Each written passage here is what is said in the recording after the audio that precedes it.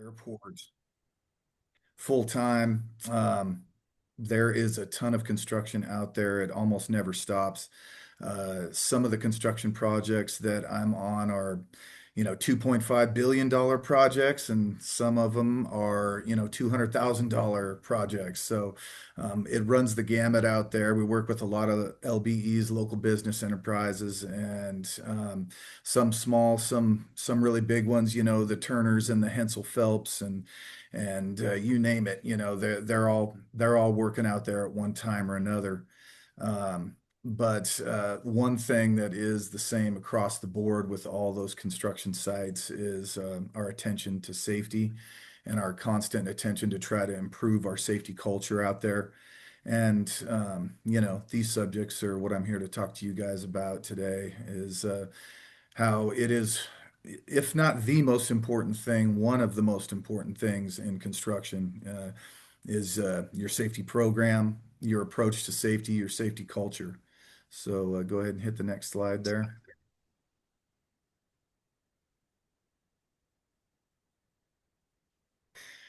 So we're going to go over a lot of different things today. I'm not going to draw it out too long and crush you guys and bore you to death too much, but we're all here to learn. So we're going to talk about safety culture. We're going to talk about the different core elements for a successful safety program. Paperwork and forms, OSHA requires certain things, and it's really important that you have that stuff on hand, especially if they come to your job site.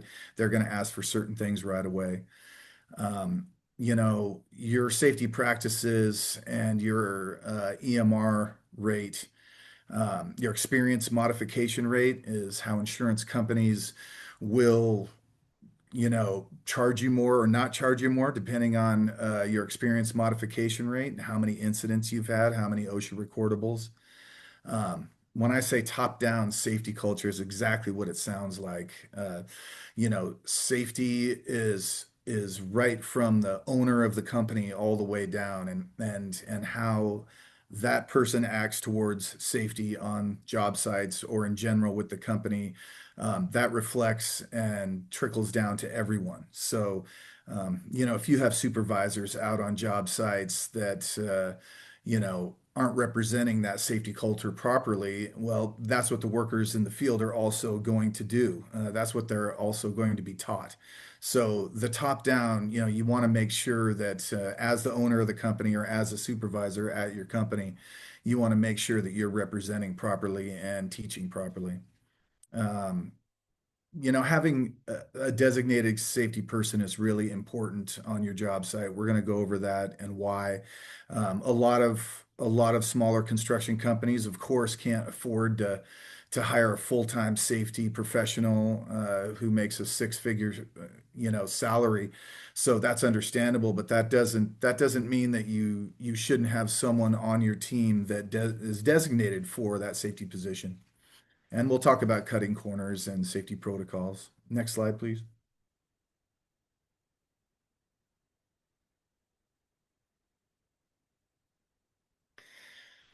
So, what is safety?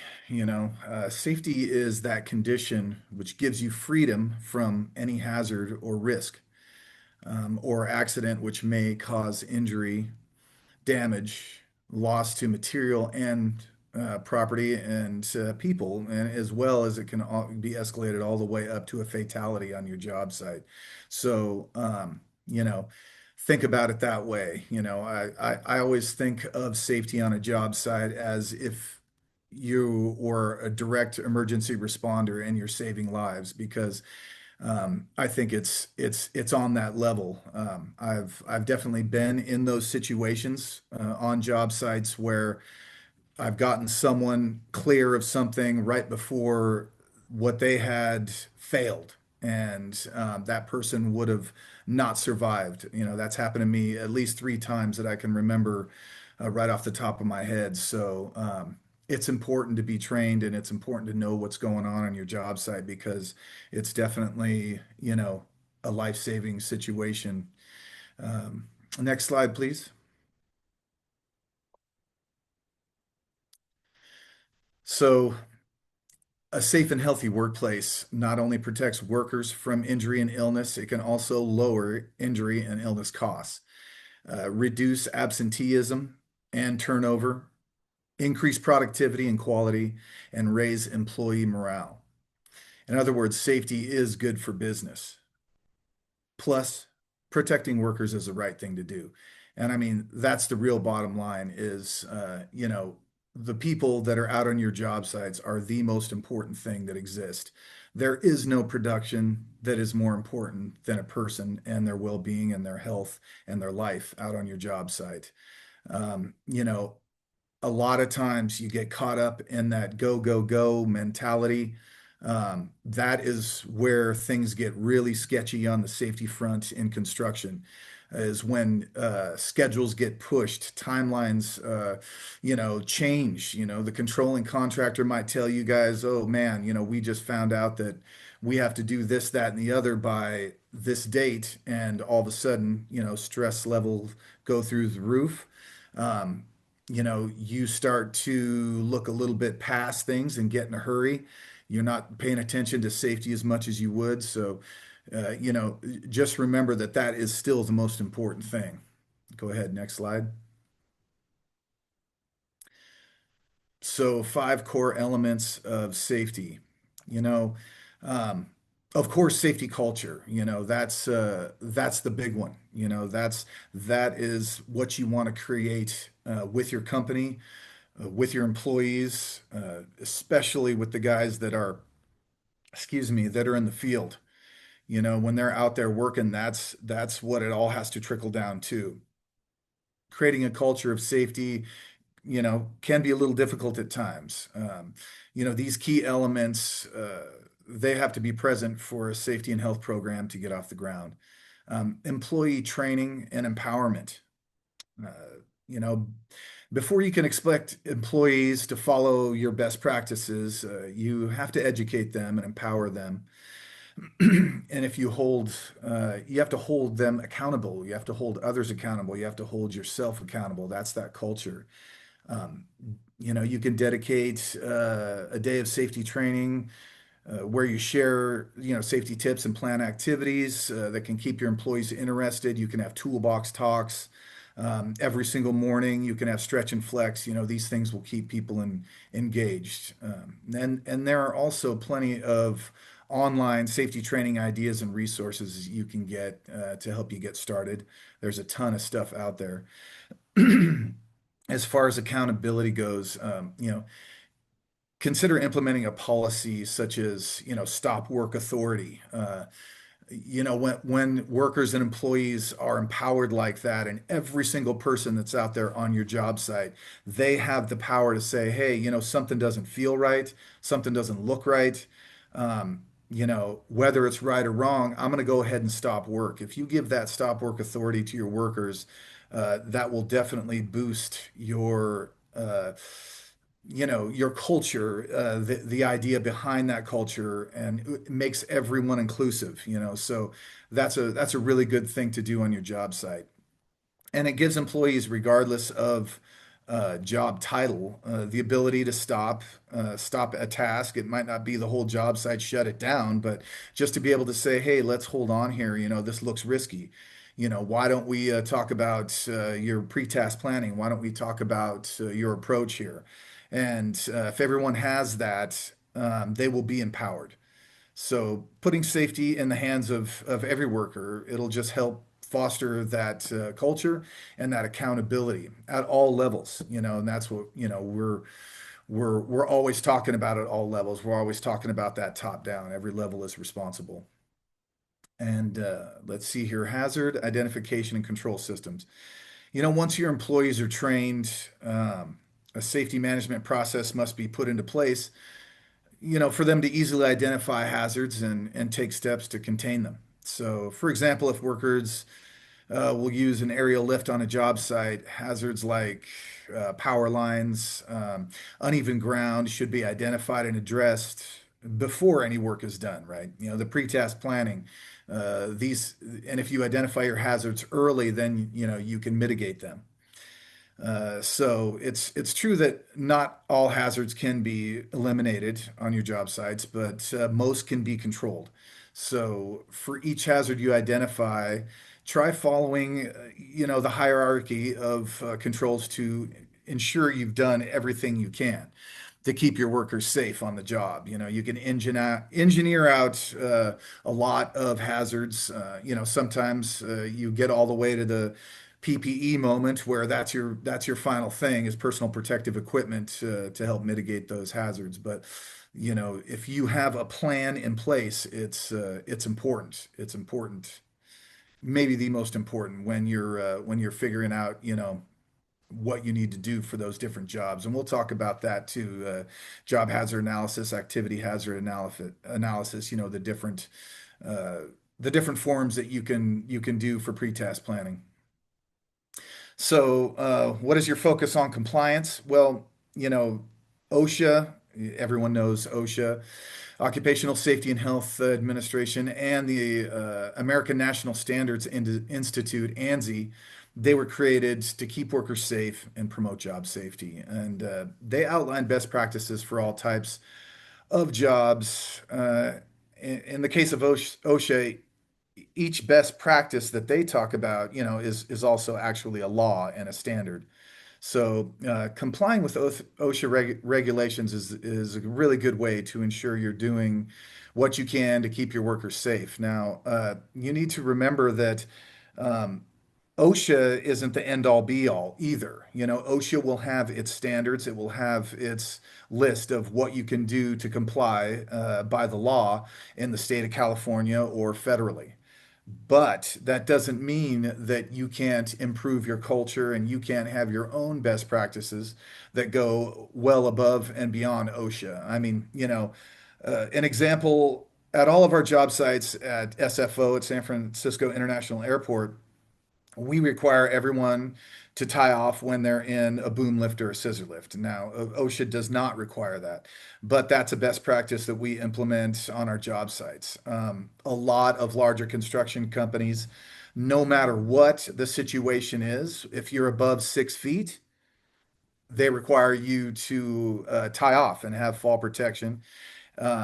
So, that's not always the case when it comes to state standards or federal standards, but, it's really, really good to implement your own best practices that take it above and beyond because if you do that, what you're doing is you're telling all of your employees, hey, you matter more than just the bare minimum that OSHA requires. So something to think about there for sure. And what's great about OSHA too is they provide a lot of resources and training and things that they will come out to your job site. And a lot of people think, oh my God, are you crazy? You're gonna call OSHA and have them come out to your job site.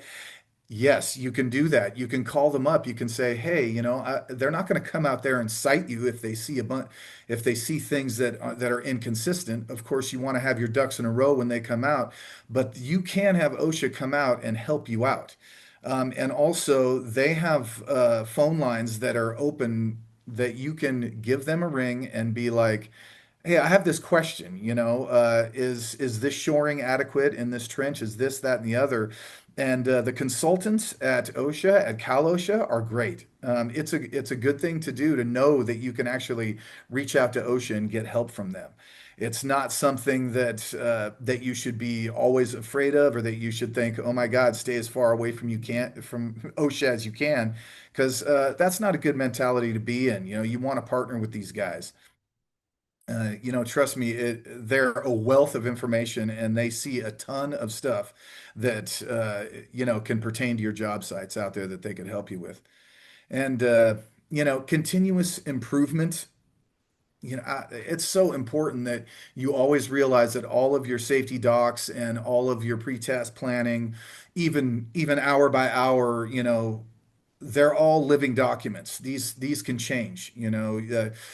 situations on a job site can change. The weather can change. Things can go down where all of a sudden your plan to mitigate the hazards that you thought were there are different. So, um, your safety plan and your safety documents are all something that requires continuous improvement, and that will only benefit your safety culture.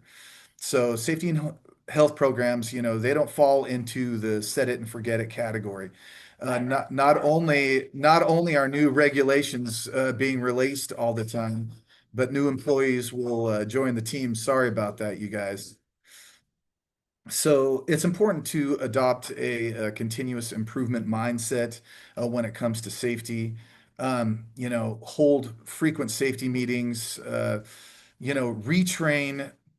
Retrain your employees. Just because someone's been on the job site for decades doesn't mean that they are the end all be all when it comes to safety or anything on the job sites. I can't tell you guys how many times I've heard over, the 3 decades. I've been messing around with construction for 35 years now, I think, plus.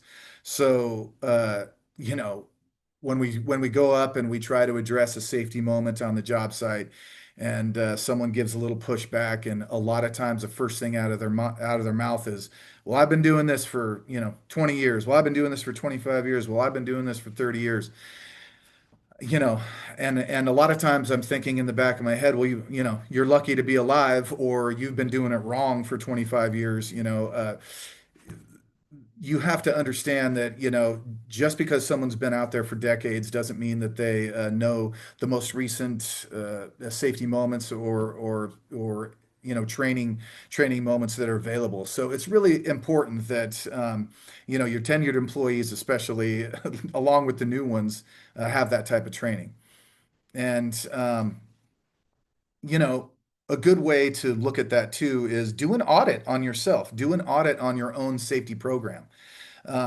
If you have an annual audit, and your employees are involved, they can also share those concerns with you if they're like, hey, this is what I heard, or it's not just going to be you as a supervisor, sharing that with your employees. Um, because the concerns can be turned into safety topics that can resonate for the whole team. So, next slide, please.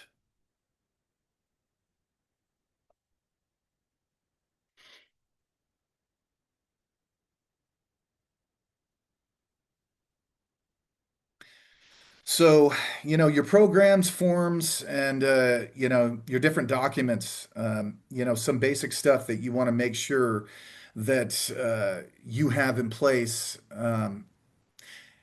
Injury and illness prevention program is important to have for your company. It's especially in construction. I mean, it's required for all companies, but uh, because if you're in construction, you're in a much higher risk situation. It is important. Now, what I see all the time when people are submitting their safety documents, especially from newer, smaller construction companies, is we will say, hey, we need a site-specific safety plan for the new job that you have coming up that you're getting ready for. And they'll just send us a very canned version of something that is an injury and illness prevention program, but it's not site specific. So, a site specific safety plan will have some crossover moments with an injury and illness prevention program, but site specific, that changes every time you do a new job. You should always make sure that you and your workers work that out together. Your site-specific safety plan is something that should not be done at a desk behind, closed doors and not reach the workers that are out in the field. It should not be something that's pencil whipped and just given just because that was what was asked for and required. It should be something that is reviewed with the workers, has the workers' input about what that approach is going to look like to mitigate safety on the job site, and everyone should be signing that. And Just make sure you know that there's a difference there. Now, your JHAs and your AHAs, job hazard analysis, you're going to hear a few different acronyms there. JHAs, AHAs, activity hazard analysis. I think I heard one the other day. Someone called it a THA, a task hazard analysis. There's pre-task planning forms too that different companies have. Any way you look at it, it's all important because what you're doing is you're setting yourself up for success by taking that look ahead to your tasks, to your jobs, your individual jobs, not just a big broad scope of, this isn't your site-specific safety plan. This is a daily approach. Many of the larger jobs that I'm on, the bigger construction companies, they require that every single sub turns in their job hazard analysis or activity hazard analysis forms before the workday starts, so their safety personnel can go over it, make sure that it looks like they have their ducks in a row before they start work. And that's just something that you should be doing with your guys and yourself, regardless, for every job that you have. You want to know what your hazards are and what are you going to do to mitigate that. So that's super important. Um, if Hey Connor, if you want to click on the hyperlink there, the JHA hyperlink, just so we can get just a quick look at that. I'm not sure which JHA this is. It'll be brought up, but this is fairly typical JHA. What you're going to see here is, a lot of times they don't have the risk assessment graph on the side. That's not always a necessary thing. It's not a bad thing, but a lot of JHAs that I see don't have that. I'll see some that do. There are literally thousands of examples of JHAs online that you can look at, AHAs. And really what it is it boils down to, can you page down just a little bit, Connor? So not quite that far yet. Just go back to right underneath the colored graph there. Yeah, so if you look at, where it has, you list the job, you list the hazard, you list your controls, and this last box is about, what is that risk assessment? Uh, which is great. You can use that if you want to, but really the main thing is you want your guys in the field to be, looking at that job, discussing what that is, what those hazards are, and how they're going to mitigate those hazards. And that is the basics of each mode inside that job. So hey, you get there, say you roll up in a flatbed truck. The first thing you're going to do is unload all your material off your truck before you even get tools set up. Well, that's going to be in there. It's going to say, okay, unload equipment. What are the hazards? Well, maybe this is a really big truck and you have to, climb up on something that is above 6 feet tall. So now you have a fall hazard. What are you going to do to mitigate that? Or there could be a hazard of getting crushed by this heavy equipment that you're going to unload. Whatever those are, you can list each one through, and if you have an electronic version of a JHA, you can add as many boxes as you want and list all of the job steps, each step in that job and the hazard, so you can mitigate that. You can get out of this, Connor.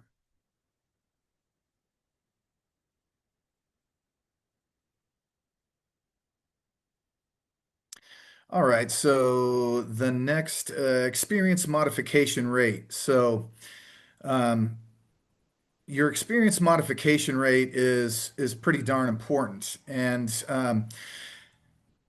what's going to happen is if you have a lot of injuries and if you have a lot of incidents, your experience modification rate will go up and up and up. And then it is going to become very expensive for you to do business because insurance companies are going to charge you more and more.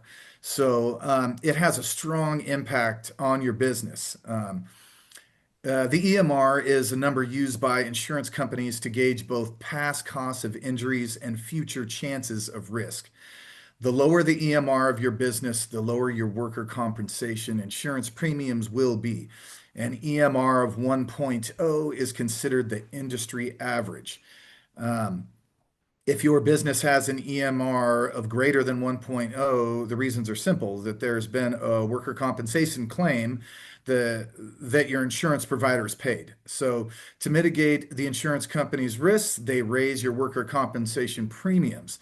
And the bad news is, this increased EMR sticks with you for 3 years.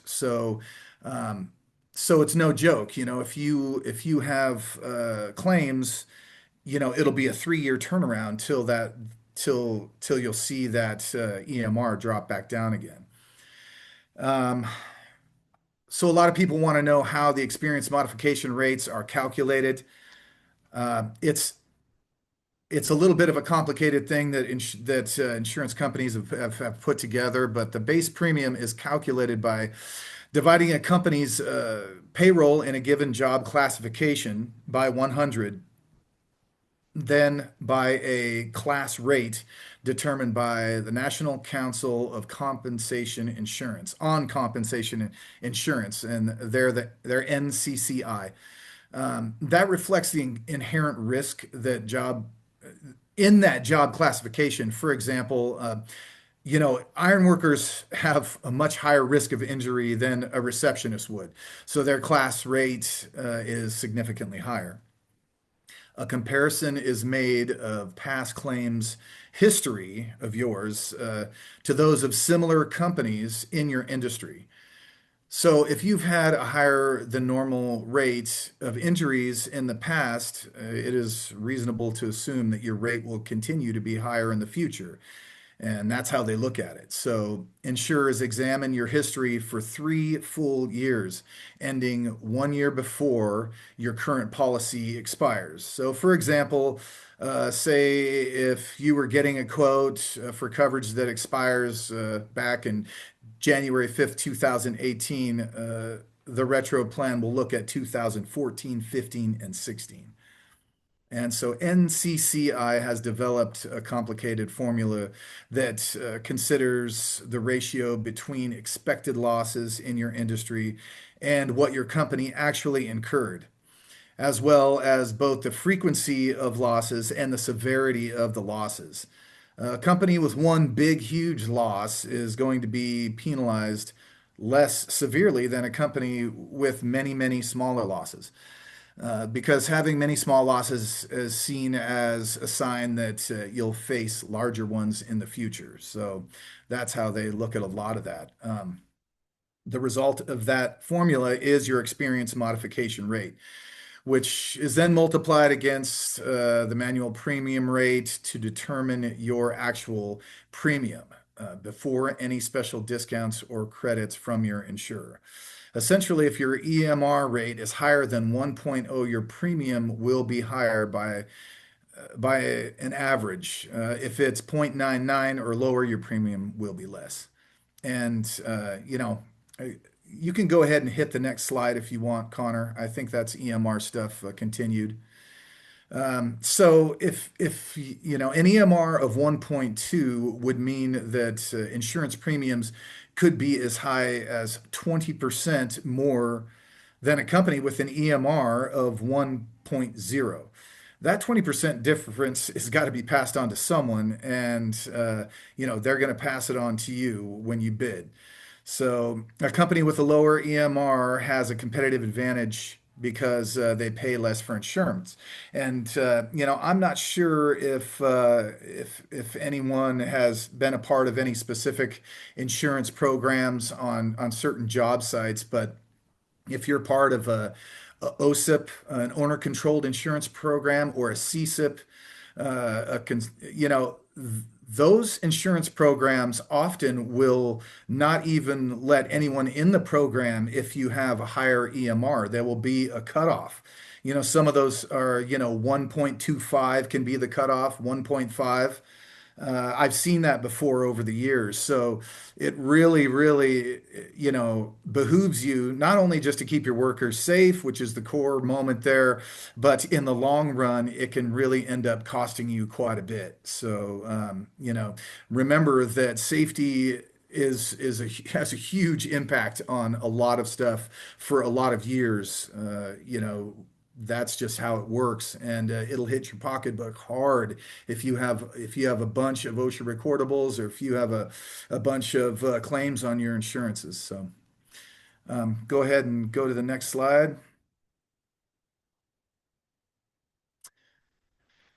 So, safety meetings are super important. I think we touched base on this just a little bit at the beginning, where we were talking about, having your morning safety meetings. A lot of times companies will have what they call toolbox talks in the morning.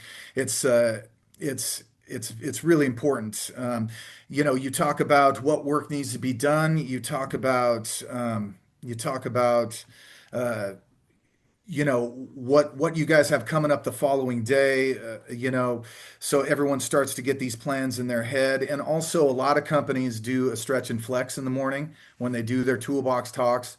Get people loosened up a little bit. And not everybody is in the mode of getting their muscles a little stretched out in the morning before they go to physical work. So there's also different types of safety meetings that you guys could have. Once a month, you could have a safety committee meeting where, if you, depending on how many employees you have, you can, assign certain things to different safety committee members, and you guys can talk about how you can improve those moments on job sites, or mitigate certain hazards, or get up to par with different training. There's things that are constantly changing. OSHA is constantly improving, improving, improving. So, OSHA standards change, and your companies, will need to keep up with that. They'll need to keep up with those different types of training, and that's a big subject on with safety meetings. Next slide, please.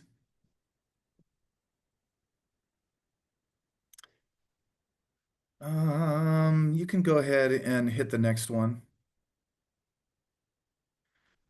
So, 300 log write-ups. So, you know, OSHA, let me look at something real quick here. So, the OSHA law requires that most employers with 10 or more full-time employees keep yearly logs of all work-related injury and illnesses. So, um, those OSHA logs, it's the 300 and the 300A.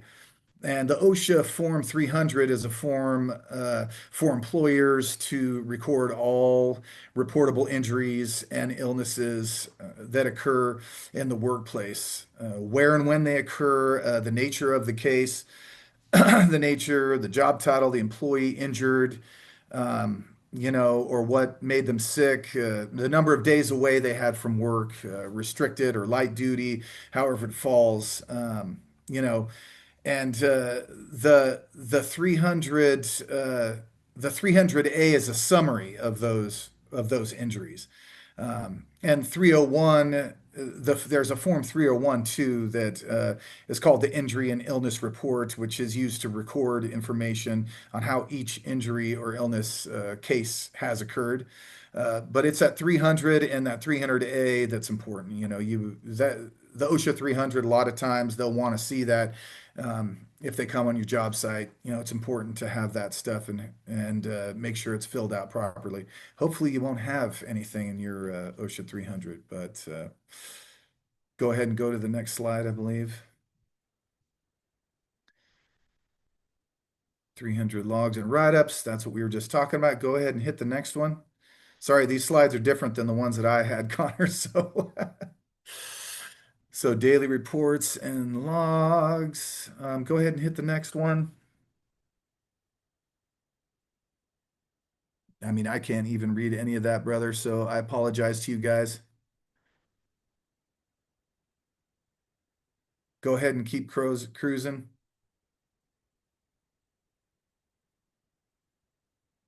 Yeah, let's get into safety culture, please.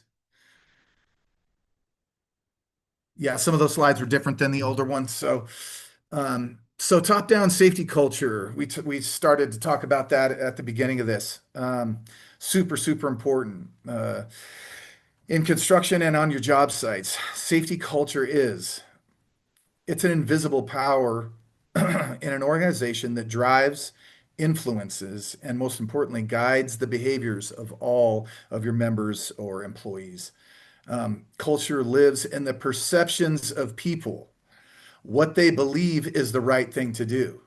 So, as an owner, as a supervisor out on your job site, if you have a really lackluster approach to safety, if you're not really too concerned about how safe your workers are, if all you care about is construction, go, go, go, instead of just slow down a little bit and let's pay attention to safety, um, that's what the workers are going to do, and that they're going to see the example, and they are going to think that production is more important than worrying about safety and doing it the right way.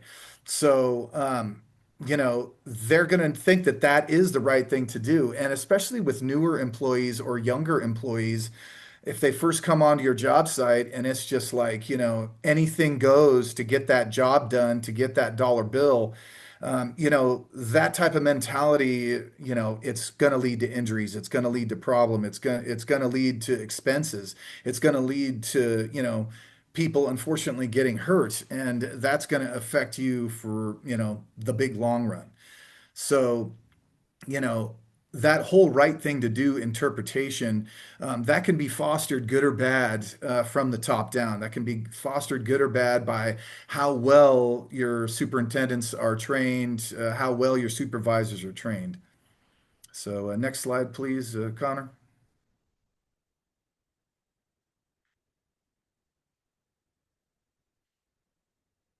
So, that right thing to do, it's 100% defined by you. You're the leader. You are the manager. So, communicate and translate the requirements to everyone else. That is really, really important that that the outline for your safety program and the approach that you have for your own safety culture, um, that's laid out, that your employees really understand. Um, Design processes to ensure it happens as you want it to. And those processes, they have to do with all of the things that we've been talking about in safety, with the training, with how you give that example, um, and you or your supervisors, um, they tell everyone what to do. So the workers in the field are always going to be looking to you for what that right thing to do is, and when how you perceive that right thing, and how the more you pay attention to safety and the more you pull back a little bit and you look at your safety program and you look at better ways to keep your workers safe, they're going to see that and they're going to feel more valued every single day that they're on a job site that fosters that.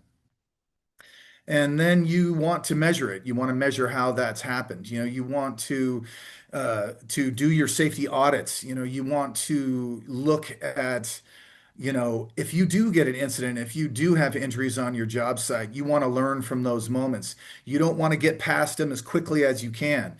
If you have an injury, if you have an incident, even if you have a near miss where nothing happened, you want to record that as an incident and you want to look at it and you want to learn from it. And you want to make sure that the workers in the field are learning from it too.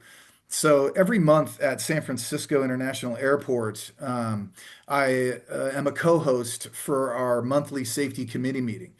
And the main thing that we do with all of the job sites at SFO when we have this meeting is we go over every single incident from every single different job site. And we're not trying to throw people under the bus. We're not trying to make people look bad. We don't want contractors. We're not pointing fingers and being safety cops out there. The whole purpose of that is we take a look at the incident, we take a look at how it went down, how it was preventable, and what are the lessons learned. And that's a really important moment, to deliver that to the safety professionals, which then in turn it gets delivered to the folks all the way down to the workers out in the field.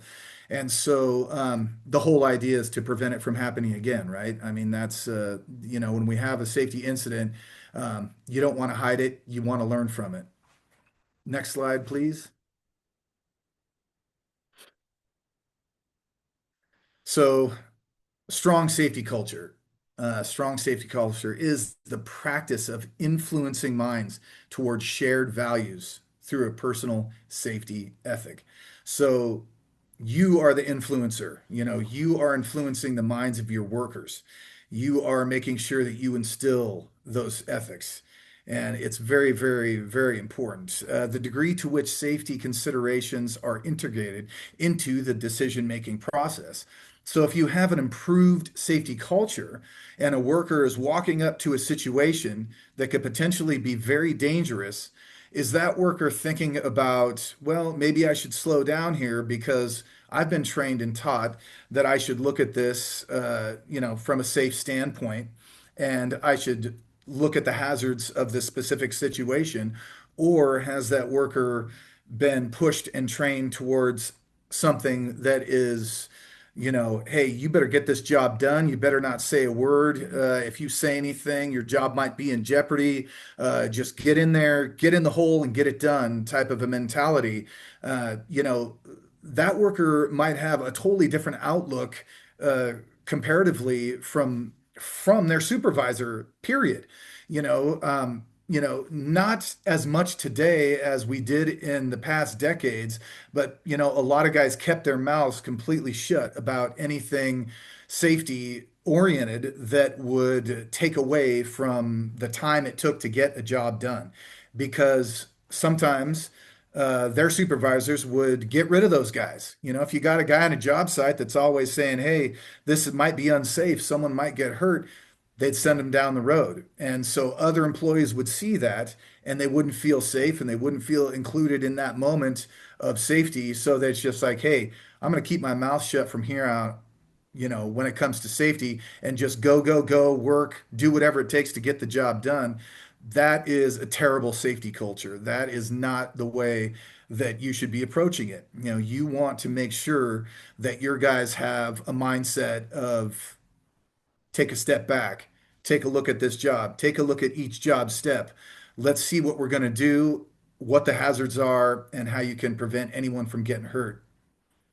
Go ahead, Connor. Next one. Leadership commitment to safety. So that's illustrated through attitudes, behaviors, actions, and inactions. And, attitudes are big. You know, I I just had something go down this last week on a job site, and it hurt my heart a little bit because um, we walked up to a situation. And there were two guys up on this ledge on this roof, pretty tall, about 20 feet in the air. One guy was tied off. One guy was not tied off. Not, he had all of his stuff on, but he forgot to actually, tie off to the tie off point that is provided up there. Slipped his mind. He made a mistake. So when we talked, we called over his supervisor. Superintendent came over. And right away, he had a really, really bad attitude.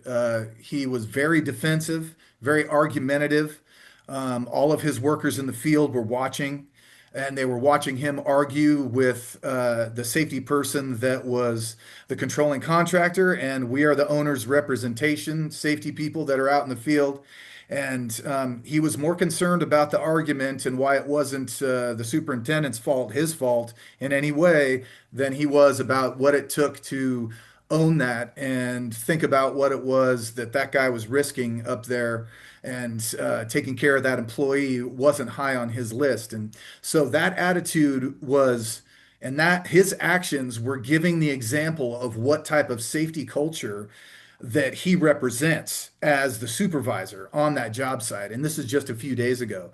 And, like I said earlier, this particular guy was also, I've been doing this for, 25 years, and, he knows better. And I told him, blah, blah, and he was, he wasn't really concerned about what we should do to solve that and to keep it from happening again. He was a little bit more wrapped up in the argument and the attitude behind it. And so really think about how you're going about things out on a job site when you're representing your company, and you really got a lot of eyes on you. Whether you think those eyes are on you or not, they are on you. You're the example that you're setting for your employees, and you're the example, and that culture is important that you represent it properly. But what that safety culture that you represent, that is what your employees are going to see, and that's what workers are going to see, and that's what people from other companies are going to see. That's what the controlling contractor that hired you is going to see or hear about later. So that is really important. And the reason why I put inactions in here is because sometimes the most unsafe, worst, terrible thing you can do is nothing. In safety, yeah, I'm sure you may have heard this before. If you see something, say something. It's a very common safety term that we use out on the job sites, and everyone has the power to say something, right? That's what you want. That's what you want that culture to be. Every worker, from the owner of the company down to the laborer that just started that day, if you see something, say something, bring it up. And so if you see something and you see someone potentially in a situation where there's hazards that could injure them or someone else, and you're like, I don't really want to say anything, I'm just going to move on. That inaction is also a negative aspect, and has a negative influence on that safety culture, and can potentially lead to someone getting hurt. So always take action when it comes to safe practices. And if you see something that just might not be right, speak up. It's worth taking that time. It's always worth taking that time. Um, so, what leadership says and how it speaks, that's exactly what we're saying. How leaders respond and what they do, inactions, actions, attitude, that behavior. Is it a positive one? Is it one that is safety oriented? Are you supporting that improving culture, that culture that grows? Or is your culture going downhill because of the way that it's portrayed and that attitude and that behavior? So all of that illustrates the leadership's commitment. Everything you do illustrates your commitment to safety in the field, and everyone's going to be watching, even when you think no one's watching. So go ahead, Connor, hit me with the next slide.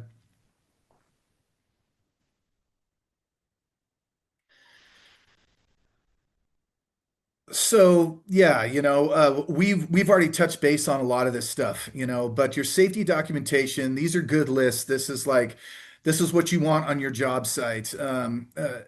What I've done in the past when I've been a consultant on different jobs and they've asked me to go out in the field and do a job site audit. And sometimes I would, take the site specific safety plan, or I would take the IIPP, the Injury and Illness Prevention Program, and I just walk out to the closest worker and I'd say, have you ever seen this document? Have you ever read this document? And unfortunately, even on larger job sites, a lot of the times the answer is no. And all of your workers in the field should be reviewing documents. And what I would usually do if I'm the responsible party for that is I make sure that they sign it. I have all the workers have a meeting where everyone goes over the injury and illness prevention program for the company, have everybody sign it. Do that annually. With your emergency action plan, that's really important in construction because you want to have every worker needs to know what happens. And especially in the Bay Area, you guys. I mean, we are in an area that is prone to earthquakes. Earthquakes can actually cause tsunamis, believe it or not. And there's a lot of places that we work in the Bay Area that we're right on the edge of water or very close to water because we're in a bay and we're next to the ocean as well. So that's a big deal too. There's some crazy things that could go down. Your emergency action plan. If something happens on a job site, you have to understand your site-specific safety plan. What are the site-specific things that could go wrong during an emergency? Where are your muster points? Where is everyone going to meet?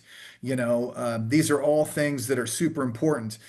If you're doing all these plans at a desk and you're just turning them in to try to get your boxes checked and your things fulfilled, so you can put a bid in on a job, and the workers in the field aren't seeing these documents, you're in big trouble because they really need to know what's going on with these docs, especially the ones that they're not looking at every day. Yeah, they might be looking at the JHAs and the pre-task planning stuff on a daily basis, but they're not going to necessarily review an injury and illness prevention program unless you, as the company supervisor, says, "Hey, check this out. It's important that you know that we care about safety, and we want you to be educated on our company's approach."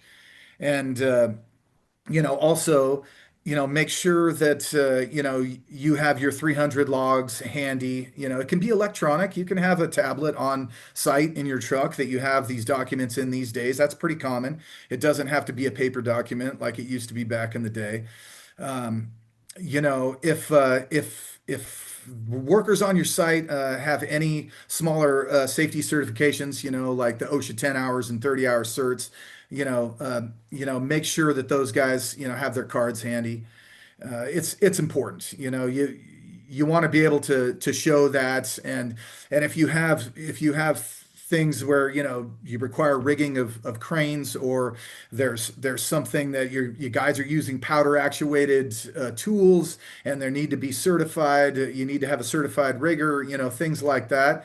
Make sure that they have their cards on them, or you have it electronically stored in your tablet that you keep in your truck. You have all that stuff super handy, because that means a lot to OSHA.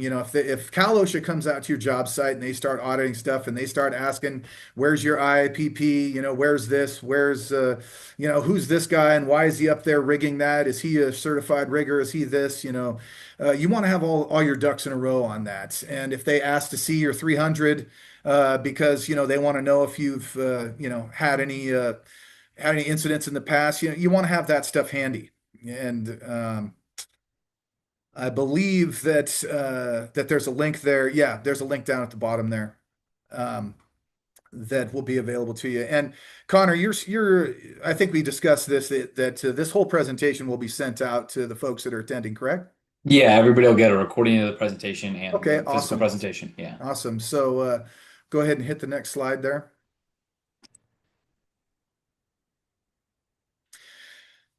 So we touched base on this a little bit too. Your designated safety person on your team isn't always the competent person, but a lot of times it can be, especially with small construction companies. I mean, some construction companies, hell, they'll only have 4 employees. They'll only have three. They'll only have eight. They'll only have 20. Not everyone is the big guys, right? So no matter what, though, you want to have a designated safety person who is going to be the person that is responsible for safety out there in the field. A lot of times, the smaller companies, it's your superintendent.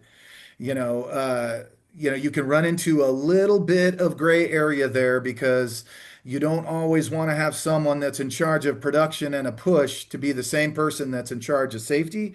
And if they are, you want to make sure that they really know the difference on those fronts.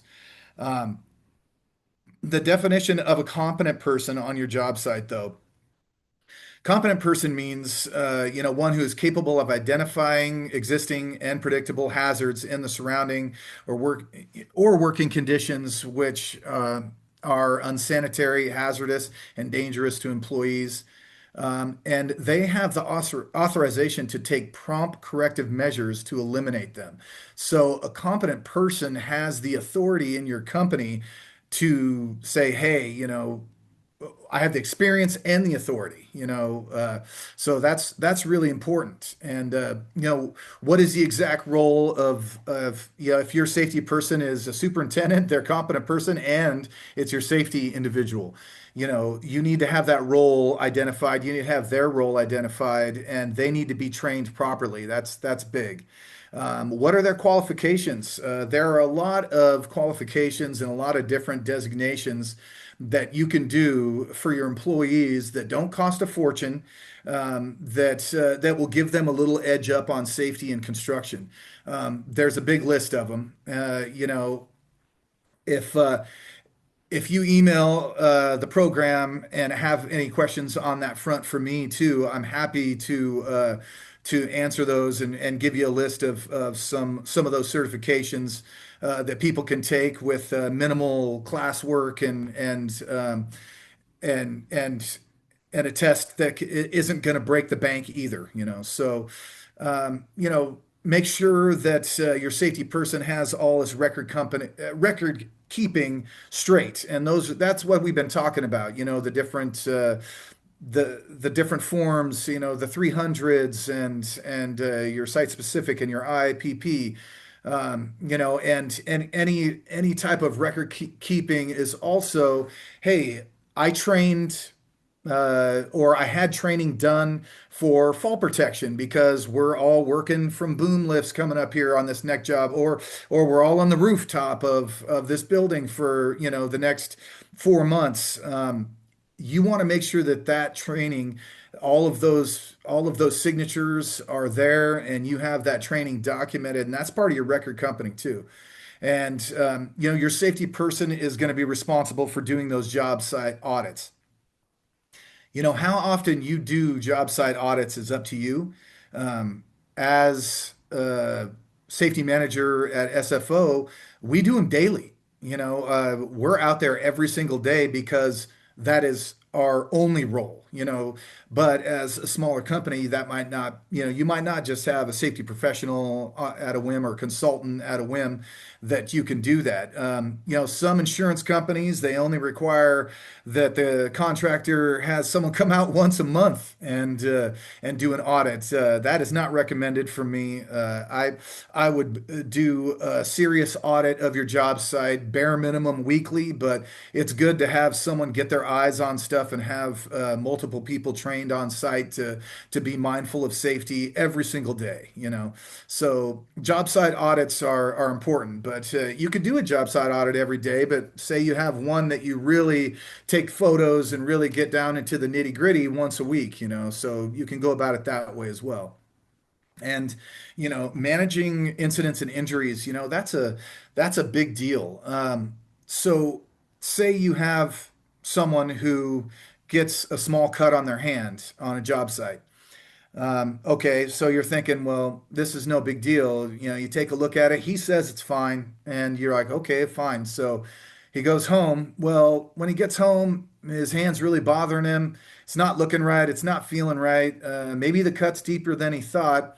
So doesn't talk to you, but that worker just hightails it to the emergency room. Goes to the emergency room. They see him and they give him a prescription for Tylenol. And right away, right there, you have an OSHA recordable because you went to the emergency room, you got prescribed medication. You have a situation that was probably a first aid on your hand, but because of mismanagement and because of the way it was gone about by the employee, which sometimes is out of your control, but a lot of times it is not. That could have been just something that you could have went to a clinic or had the company on site. They can come right to your job site with an EMT and take care of a first aid right there, and get that person back to work with the smaller injuries. But I see a lot. I see a lot of small injuries end up OSHA recordables because people, oh, they'll just like go to the hospital or they'll take someone to the ER versus taking them to a clinic.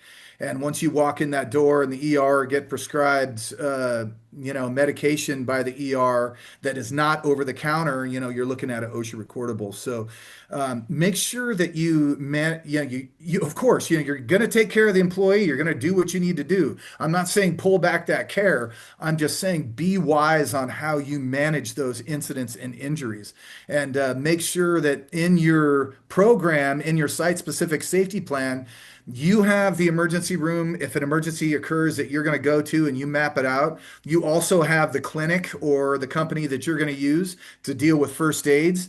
Concentra is one of the bigger clinics that are all over the place. Whether you think they're good or not is up to you. That's your company and that's your approach. You make those decisions. But there are a lot of smaller clinics that you can go to, that can put a little butterfly bandage on something versus just taking them directly to the emergency room and getting one stitch or two stitches on something. Sometimes that can be managed very easily as a first aid. Um, you know, this is not me telling you to pull back care from your employees. This is not me saying don't take care of them. Try to keep them from going to get their injury taken care of. That is not it at all. I'm just saying just make sure it just doesn't get elevated to that OSHA recordable right away, or something that could potentially lead to an insurance claim, because those recordables and those claims, they're going to hurt you in the long run in more ways than one. Training. It's never ends. You always want to be looking for ways to train your employees and get them up to par, with safety and with tools and usage in general. There's always all kinds of new tools, especially handheld stuff that comes out. And a lot of that, the company will, if you buying that tool already, they're going to come out to your job site and give you free training. They're going to come out and, you've already paid the company good money for, say, a powder actuated tool, or something that you're using specifically in your field, or you bought a bunch of fall protection from them. They will come out and give you the training and get your employees up to par, and that will cost you absolutely $0. So we talked about toolbox talks as well. That's listed here. It's great. Every morning you can just have a little huddle and have that toolbox talk and just say, hey, here's a subject. We're going to talk about heat illness today. Cal OSHA just redid their accessible limits. With temperatures on what they consider, the thresholds and when you have to have what on a job site. So, man, your heat illness plan has to be a part of your site-specific plan, and your IIPP. All this stuff will tie in. But toolbox talk is a good way to touch base on different things along the way. And if you don't already do orientations for your jobs, it's good to do, especially once you start to grow as a company, and you might even have your own subcontractors that you hire. Well, the buck always stops at the controlling contractor. So it's important that you might have completely different safety standards and a safety approach than your subcontractor that you hire.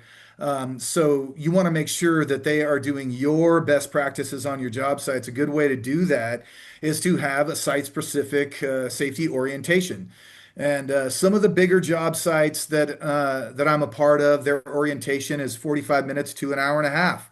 I'm not saying that that's what yours needs to be. A lot of times it can be, for smaller job sites, it can be, 20-minute moment where you outline your safety protocols, you outline the different hazards that are going to happen on these job sites on a daily basis. And like where I'm at, we're on an airport. So you can imagine, if you're airside, which is out on the AOA, that airfield, the hazards increase exponentially comparatively to if you're landside. But even when you're landside, you have all of the customers and the pedestrians and the traffic, and I mean, things can get pretty crazy. So, an orientation is extremely important for job sites that we have at SFO. But in general, if you're not doing an orientation, it's good to do that, and it can be something that's on a tablet that you do out in the field with the guys, or new guys come on the job site. You can do it real quick, spend 15, 20 minutes, go through your orientation, have them sign it. And that way, what happens if you have safety problems with that individual? Hey, we have it in writing that we went through this orientation. You also cover your butt a little bit there, and you signed that this is what you're not supposed to do. A lot of contractors, when we're finding guys who are repeat offenders out in the field, send them back through orientation. Let them sit through that again, and really hopefully it'll sink in this time, if they weren't paying attention the first time. So orientation is a good tool. It's a good safety tool to have if you don't already do that. And we already went over competent person. What exactly is that competent person? Who did you assign as your competent person? Often with small companies, like we said, it's your superintendent. It can also be your safety person. Sometimes guys out there wear a lot of hats. Make sure that they're trained properly. Make sure that they understand the definitions of those roles. Next slide, please, Connor. So, man, cutting corners and safety, terrible. Production is never, ever, ever more important than people, than human life. Sometimes guys just get caught up in work, and you get stressed and you get pressured, and you just go, go, go, and you get complacent towards safety. All you think about in your mind is getting that job done and how you can get it done faster. And a lot of times safety gets sacrificed there. So yeah, make sure that you're not taking those shortcuts, because in the short term, of course, there's going to be physical injuries, and heaven forbid, there could be fatalities with those shortcuts, with that mindset, with that pullback of safety culture, with that elevated speeding up of getting the job done, that go go go mentality. That is how I've seen people perish on job sites. And unfortunately, I've been a part of job sites where there has been fatalities, and the three that I've been a part of over the years were all 100% preventable. And a lot of two out of those three were completely because people were in a rush, and they weren't paying close enough attention, and they weren't paying attention to safety, and there wasn't a good culture in place or safety program in place, and they paid the ultimate price. So you don't ever want to have to deal with a fatality on your job site. It's terrible. And so the other things long term, chronic health issues from exposure to unsafe conditions. If you're exposed to silica all the time, if you're, breathing concrete dust, or, anything that has silica in it, even naturally formed silica in the ground, it can get crazy later on. You want to make sure you know that you've tested for the right thing, and you know that you're mitigating those hazards on your job site, so you can make sure that you're not going to, get hit later down the line. And you'll end up with more recordable injuries if you cut corners, and if you teach your guys basically to cut corners, because your example is the one that they're going to follow out there in the field. And OSHA recordables, negative impact always, always. And it's a feeling out on the job site. When your supervisors aren't concerned much with safety, and when they're more concerned about getting that job done and making sure they either meet deadlines or get that dollar bill in their pocketbook. And you'll have a decline in employee morale. They'll feel it. They'll know that. Is it safe to speak up about safety? No, because I saw my buddy Tony say something about safety, and yeah, all of a sudden he had the graveyard shift, or he got the worst end of the stick when we got this new job, because maybe he spoke up about something. You don't want to have that safety culture instilled out there. You want to make sure that it's a positive moment, that everyone has a say in safety on your job site. It will affect productivity. People won't be motivated out there if they think that their employer does not care about them, or they just, have a laziness to them in general, because it's like whatever, nobody really cares out on this job site. That's what I'm seeing. So that's a big deal, and your safety culture will suffer greatly. And of course, your insurance costs will go through the roof. You will definitely, feel it. High insurance costs can affect you for years, and sometimes cutting corners in safety can lead to big legal issues. And what I've also seen on job sites just in the last 5 years, I've seen this happen, is, you know, I've seen guys who were just, a superintendent on a job site 1 minute and spending 2 years in prison the next minute, because they ended up being responsible for something that caused a fatality on a job site. And so, you know, be real careful out there and know that, things can change drastically. There is some big repercussions out there if you're cutting corners in safety or taking a lackluster approach. You can also, there can be big dollars behind OSHA violations. Sometimes things can be so dire with a small company where they pay such large fines for egregious acts where they just have to close. They can't afford insurance. OSHA violations are huge, and they didn't get reduced. And they just had to shut down their company. So you can also lose bids. If you have a modification rate that is through the roof, you're not going to get the bid compared to somebody that has, a 1.0, 1.1, something to that effect. If you're looking at something that is a result of, lots of safety issues out on your job site. So be mindful. Next slide.